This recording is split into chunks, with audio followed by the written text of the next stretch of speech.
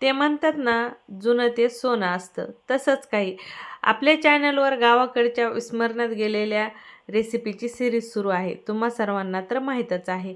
आजची आपली त्यातलीच एक रेसिपी आहे. एकदम भारी, टेस्टी, झणझणीत आणि चटपटीत अशी आजची आपली भाजी आहे. आज मी बनवलेली आहे शेवाची आमटी. आता शेवभाजी तर तुम्ही खूप वेळेस खाल्ली असेल, पण शेवाची आमटी देखील खूप मस्त आणि झणझणीत तयार होते. आणि ही स्पेशल गावाकडची रेसिपी आहे. आमच्या गावाकडं माझी आजी, मम्मी कधीच शेवाची भाजी करणार नाहीत. टोमॅटो वगैरे घालून शेवाची आमटी करणार. खूप भारी लागते.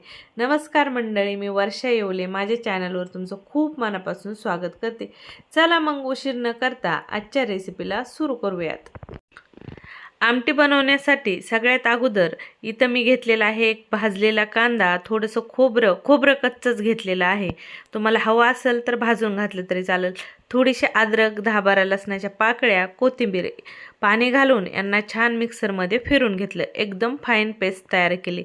लगेचच गॅसवर कढाई ठेवून घेतली आणि कढाईमध्ये तेल गरम करून घेतलं. आता शेवाच्या आमटीला तेल जरा थोडं जास्तच वापरायचं, म्हणजे जी आमटी आहे ती मस्त तरीदार आणि झणझणीत बनवून तयार होते. तर इथं कढाईमध्ये तेल गरम झालेलं आहे. तेल गरम झाल्यानंतर चिमूटभर जिरे तेलामध्ये घालून घ्यायचे. जिरे छान तेलामध्ये फुलल्यानंतर जो मसाला आपण मिक्सरमध्ये फिरून घेतलेला होता तो मसाला इथे घालून घ्यायचा. गॅस मध्यम ठेवायचा आणि मध्यम गॅसवर छान 4-5 मिनिट हा मसाला परतून घ्यायचा. जितका छान मसाला परतून होईल तितकी भाजी खायला टेस्टी तयार होईल. आता छान मस्त 2-3 मिनिट इथं मसाला मी परतून घेतलेला आहे. तुम्ही पाहू शकता मस्त आपल्या मसाल्याचं जे तेल आहे ते सेपरेट व्हायला सुरुवात झालेली आहे. इतपतच आपल्याला मसाला तेलात परतून घ्यायचा आहे. तर आता आपल्याला याच्यामध्ये थोडेसे पावडर मसाले ॲड करायचे आहेत. आता ही आमटी जी आहे ती काळ्या मसाल्यातच बनवायची आहे. घरगुती काळं तिखट आमच्याकडं बनवलेलं आहे, मी ते वापरत आहे. तर तुमच्याकडं काळा मसाला नसेल तर लाल चटणी टाकली तरी चालेल. तर इथं मी मोठा 1 चमचा काळा मसाला घातला, 1 मोठा चमचा धना-जिरा पावडर घातली, अर्धा चमचा गरम मसाला, अर्धा चमचा मटण मसाला आणि ह्या सर्व जिन्नस छान मसाल्यासोबत मिक्स करून घेतल्या आणि नंतर इथं पाणी घालून घेतलं. तुम्हाला भाजी किती बनवायची त्याच्या हिशोबाने तुम्ही इथं पाणी घालून घ्यावे. तर इथं ही भाजी मी 3 माणसाच्या हिशोबाने बनवत आहे. तर मध्यम आकाराचा 1 तांब्या मी इथं पाणी घालून घेतलेलं आहे. तर आता आपल्याला या आमटीमध्ये चवीनुसार मीठ घालून घ्यायचं आहे आणि मेन जी गोष्ट आपल्याला आमटीला वापरायची आहे ना ती आहे फुटाण्याचं पीठ.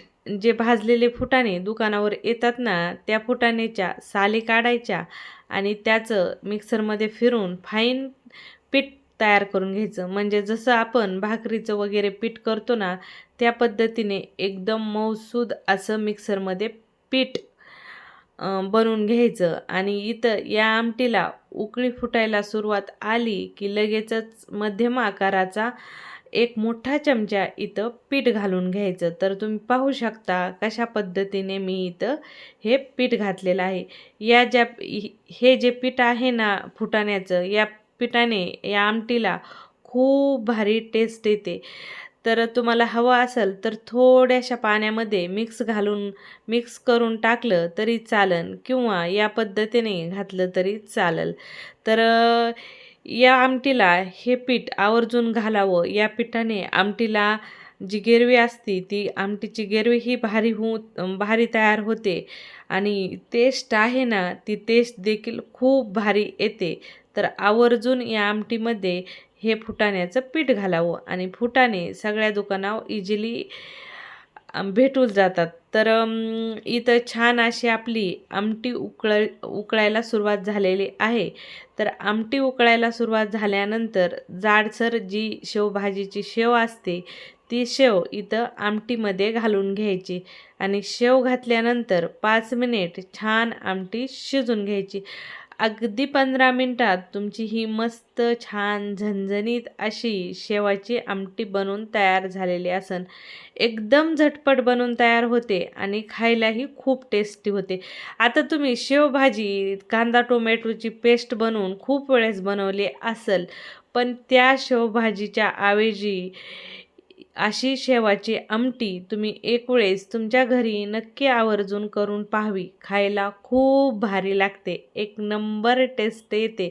एकदा का तुम्ही अशी शेवाची आमटी बनवली ना, परत आवर्जून तुम्ही तुमच्या घरी अशी शेवाची आमटी नक्कीच बनवणार. एवढी ही शेवाची आमटी भारी बनवून तयार होते.